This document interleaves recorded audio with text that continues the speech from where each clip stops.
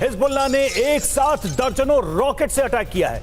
उत्तरी इजराइल पर हिजबुल्लाह का भीषण हमला, इजराइल के नहरिया इलाके में दहशत का माहौल और आयरन डोम ने कई रॉकेट्स को इंटरसेप्ट किया। यह दावा भी इजराइल की तरफ से किया गया, लेकिन एक के बाद एक कई रॉकेट से हमले किए गए हैं इजराइल पर। देर रात ये रॉकेट से हमले हुए तस्वीरें आपके सामने हैं। दर्जनों रॉकेट से हिजबुल्लाह की तरफ से ये ताजा हमला किया गया है इजराइल के ऊपर।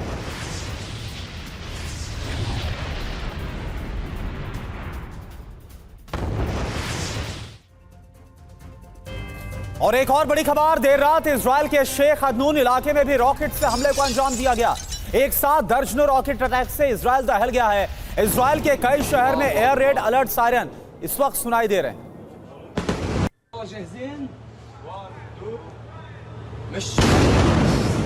अल्लाहु अकबर।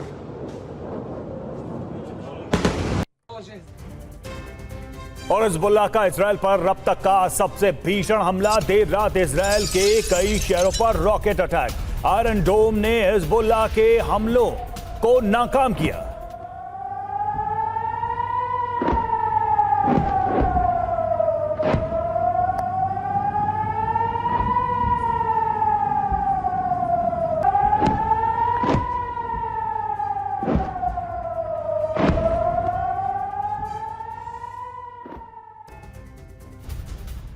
इधर हिजबुल्लाह के हमले के बाद इजराइल में एयर अलर्ट जारी कर दिया गया है। कई शहरों में एयर डिफेंस सिस्टम को एक्टिव कर दिया गया है। इजराइल में रात भर बजे हैं सायरन। तो ये तस्वीरें इस वक्त आपको हम दिखा रहे हैं इजराइल की, जहां पर हिजबुल्लाह की तरफ से बड़े हमले को अंजाम दिया गया और उसके बाद कई शहरों में एयर रेड अलर्ट जारी किया गया है। एयर डिफेंस सिस्टम को एक्टिव कर दिया गया है। इजराइल में रात भर सायरन की आवाज सुनाई दी।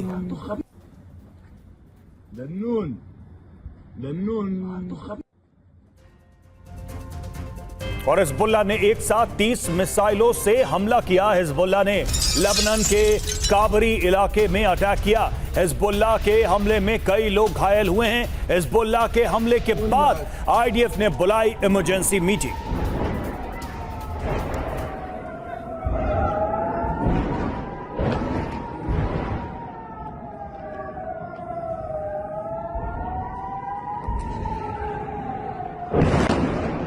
तो 30 से ज्यादा रॉकेट से हिजबुल्लाह ने यह अटैक किया है। इन हमलों के बाद से इजराइल ने इमरजेंसी मीटिंग बुलाई है। सुमित चौधरी हमारे साथ जुड़े हैं पूरी जानकारी के साथ। सुमित, क्या हालात बनते हुए नजर आ रहे हैं? हिजबुल्लाह की तरफ से एक साथ 30 रॉकेट के जरिए बड़े हमले को अंजाम देना, क्या स्थिति वहां पर बन रही है? देखिए, जब से इस्माइल हानिया मारा गया है तब से लगातार हिजबुल्लाह के जो अटैक्स हैं वो बहुत ज्यादा बढ़ गए हैं। इससे पहले जब भी हिजबुल्लाह की तरफ से अटैक किए जाते थे वो निश्चित तौर पर जो अटैक थे वो करीबन 4-5 एयर स्ट्राइक्स की जाती थी या फिर रॉकेट लॉन्च किए जाते थे। लेकिन अभी अगर आप देखें तो हिजबुल्लाह की तरफ से 40-40, 50-50 रॉकेट दागे जा रहे हैं, जिसका मकसद साफ है कि वो खासतौर पर अपल गैली के इलाके में या फिर आप कह सकते हैं कि गोलान हाइट्स के इलाकों में इजराइल को ज्यादा नुकसान पहुंचाना जाता है। अभी आपको याद होगा कि 48 घंटे पहले भी खासतौर पर इजराइल की तरफ से अपने सभी नॉर्दर्न इजराइल के इलाकों में अपने नागरिकों को साफ तौर पर कहा गया था कि अगर आपको जरूरी हो तभी आप निकले, कुछ दिन तक आप बिल्कुल बाहर ना निकले और कोशिश करें कि शेल्टर वाली जगहों पर ही रहे, खुले के अंदर ना आए। तो इसलिए क्योंकि इजराइल को भी ये एक्सपेक्टेड है कि हिजबुल्लाह की तरफ से बड़े ऐसे रॉकेट अटैक्स किए जाएंगे और वो अटैक्स इन्हीं इलाकों में किए जाएंगे, सिविलियन इलाकों में। और उनका मेन टारगेट ना सिर्फ सिविलियन इलाके बल्कि इजराइल के जो बड़े बेसिस हैं उसके आसपास के इलाकों को ज्यादा टारगेट करने का होगा। जी, शुक्रिया आपका। तो ना सिर्फ जो सिविलियन इलाके बल्कि जो बड़े बेसिस हैं, मिलिट्री बेसिस, उन्हें भी लगातार निशाने पर हिजबुल्लाह की तरफ से लिया जा रहा है। ताजा जो हमला किया गया वो हम आपको दिखा रहे हैं। और अब खबर मिडिल ईस्ट से ही जुड़ी हुई। जी हां, अगले कुछ घंटे में इजराइल पर बड़े हमले की तैयारी है। ईरान ने घातक हथियारों के साथ जंगी ड्रिल की, बख्तरबंद वाहन, टैंक, आर्टिलरी से युद्ध अभ्यास किया। अटैक हेलीकॉप्टर से डमी ठिकानों को निशाना बनाया गया।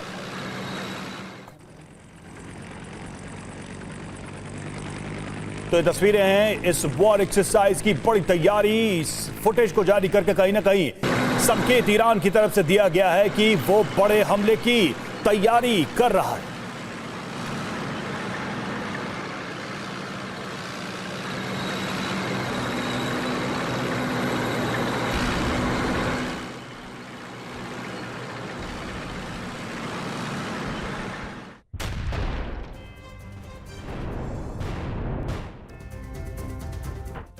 और ईरानी ड्रिल के बाद इजरायल ने हालात का जायजा लिया है। आईडीएफ डिप्टी चीफ अमीर बरम ने एयरबेस का दौरा किया और नेवातीम एयरबेस पर जाकर आईडीएफ अफसरों से मुलाकात की है। अमीर बरम ने बड़े हमलों के लिए तैयार रहने को कहा है।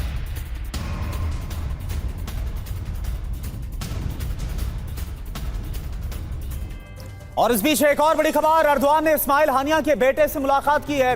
हानिया की मौत के बाद एर्दोआन से पहली मुलाकात। एर्दोआन ने कहा हानिया की मौत की कीमत चुकाएगा इजरायल। तो मुलाकात की तस्वीर हम आपको दिखा रहे। इस्माइल हानिया के बेटे से मुलाकात की है एर्दोआन ने और साथ ही साथ यह भी कहा कि इजरायल को इस्माइल हानिया की मौत की बड़ी कीमत चुकानी पड़ेगी।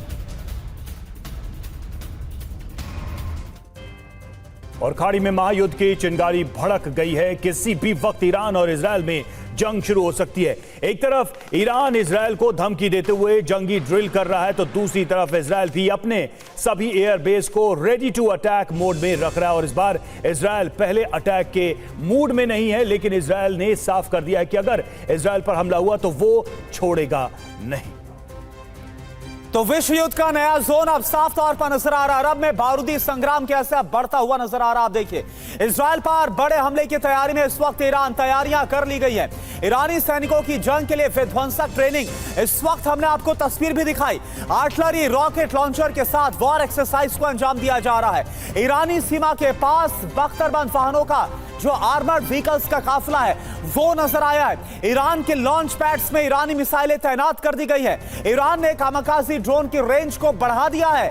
खुर्रम शहर और हज कासिम बैलिस्टिक मिसाइलें तैनात की गई हैं। अपग्रेडेड फतह मिसाइलों की नई खेप को एक्टिव कर दिया गया। करीब 3000 मिसाइलें हमले के लिए तैयार है इजरायल के खिलाफ। ईरानी मिसाइलों की रेंज 1500 किलोमीटर है, जो जानकारी सामने आ रही है। और एजेंडा फुल एंड फाइनल में खबर, रूस यूक्रेन वॉर जोन से जुड़ी हुई रूस के न्यूक्लियर प्लांट पर हमला। ज़ैपोरिज़िया न्यूक्लियर प्लांट में विस्फोट, प्लांट में परमाणु रिएक्टर में लग गई आग। ज़ेलेंस्की ने कहा रूस ने खुद प्लांट में आग लगाई है।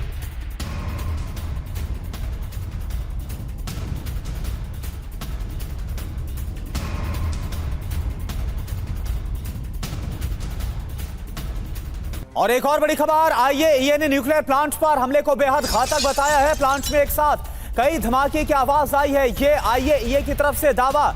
न्यूक्लियर प्लांट से काला धुआं निकलते हुए भी देखा गया है। ज़ैपोरिज़िया प्लांट पर ड्रोन से हमले की आशंका है।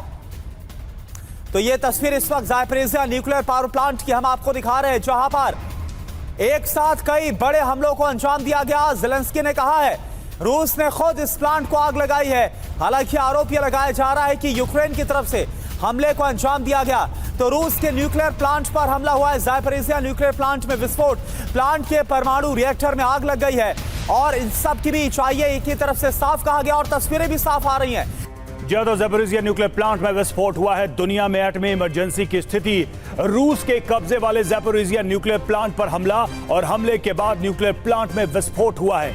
विस्फोट के बाद प्लांट से धुआं निकलता नजर आया। रूस का दावा यूक्रेन ने प्लांट पर ड्रोन से अटैक किया है। तो ये बड़ी जानकारी और बड़ी चिंता की खबर है। और अब देखिए, और कुर्स्क से एक और बड़ी खबर, कुर्स्क में रूसी सैनिकों का सरेंडर जारी है। रूसी सैनिकों की पूरी यूनिट ने सरेंडर किया, तस्वीरें भी सामने आ रही हैं। अभी तक 100 से ज्यादा रूसी सैनिकों का सरेंडर, रूसी सैनिकों के सरेंडर का वीडियो भी आया है सामने।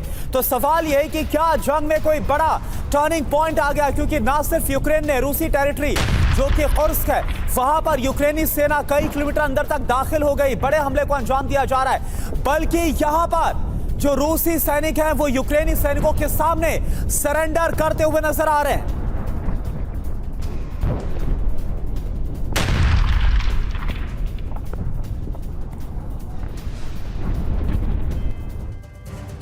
और अब खबर पड़ोसी देश पाकिस्तान से। जी हां, टीटीपी और पाकिस्तान सेना के बीच झड़प की खबर है। टीटीपी लड़ाकों ने पाक सेना की चौकियों पर कब्जा किया। हिंसक झड़प में 6 पाकिस्तानी सैनिकों की मौत। अल्लाहु अकबर, अल्लाहु अकबर। एक और बड़ी खबर, गोलियों की तड़तड़ाहट से गूंजा है वजीरिस्तान। मीर अली में भारी गोलीबारी, सेना और टीटीपी लड़ाकों के बीच फायरिंग हुई है। तो ये तस्वीर इस वक्त हम आपको दिखा रहे हैं। गोलियों की आवाज के बाद किस तरह से वजीरिस्तान का इलाका दहल गया। मीर अली में भारी गोलीबारी की घटना सामने है। सुनिए आप क्या हुआ है। सेना और टीटीपी के जो लड़ाके हैं उनके बीच फायरिंग हुई है।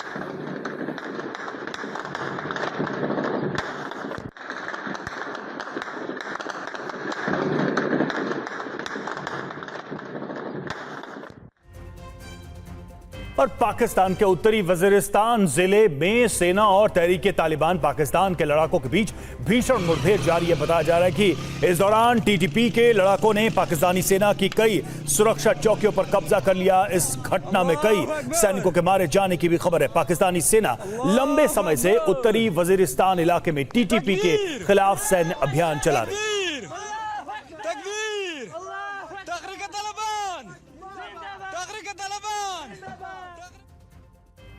तो वजीरिस्तान में पाकिस्तान की सेना और टीटीपी के बीच काफी दिनों से संघर्ष चल रहा है, लेकिन इस बार टीटीपी ने पाकिस्तान की सेना को भारी जख्म दिया है। टीटीपी के भीषण हमले से पाकिस्तान की सेना के अंदर दहशत भी कायम हो गई है। तो ये देखिए, गोलियों की आवाज इस वक्त आप सुन भी पा रहे। टीटीपी और पाकिस्तान की सेना के बीच संघर्ष, लड़ाई की यह आवाज है।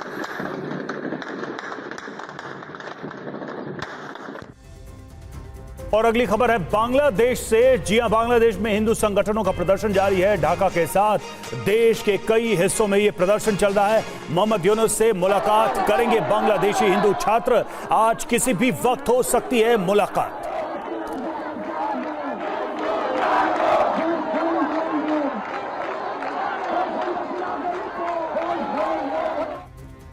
तो तस्वीरें साफ तौर पर इस बात की तस्दीक कर रही हैं कि बांग्लादेश में हिंदुओं का सब्र का बांध अब टूट गया है। अपनी रक्षा के लिए हिंदू बांग्लादेश की सड़कों पर उतर आए हैं और सरकार को अल्टीमेटम देते हुए 8 सूत्री मांगों को सामने रखा गया है। तो बांग्लादेश में हिंदुओं पर जो अत्याचार की घटना है और इसके बाद हिंदुओं का आक्रोश, वो हम आपको दिखा रहे। बांग्लादेश में हिंदुओं के साथ हो रही हिंसा के बाद लाखों हिंदू सड़क पर उतर आए हैं। सरकार को अल्टीमेटम देते हुए हिंदू संगठनों ने कई मांगों को सामने रखा है। मसलन बांग्लादेश में हिंदुओं पर जो अत्याचार हो रहा है, छात्र संगठनों की 8 सूत्री मांगे क्या है। पहली मांग, अल्पसंख्यकों पर अत्याचार मामले में त्वरित कार्रवाई होनी चाहिए। दूसरी बड़ी मांग क्या है, अल्पसंख्यक सुरक्षा कानून को तुरंत लागू किया जाना चाहिए। तीसरी मांग है अल्पसंख्यक मामलों का मंत्रालय स्थापित किया जाए। चौथी बड़ी मांग हिंदुओं की तरफ से हिंदू धार्मिक कल्याण ट्रस्ट को एक हिंदू फाउंडेशन में बदला जाए। पांचवी मांग, देवोत्तर संपत्ति की वसूली और संरक्षण के लिए कानून को बनाया जाए। शैक्षणिक संस्थान में अल्पसंख्यकों के लिए उपासना स्थल को बनाया जाए। और सातवीं मांग है संस्कृत और पाली शिक्षा बोर्ड का आधुनिकीकरण किया जाना चाहिए। और आठवीं मांग, दुर्गा पूजा के दौरान 5 दिन का सार्वजनिक अवकाश घोषित किया जाना चाहिए। तो बांग्लादेश में हिंदुओं की तरफ से ये 8 सूत्री मांगे रखी गई है मोहम्मद यूनुस के सामने।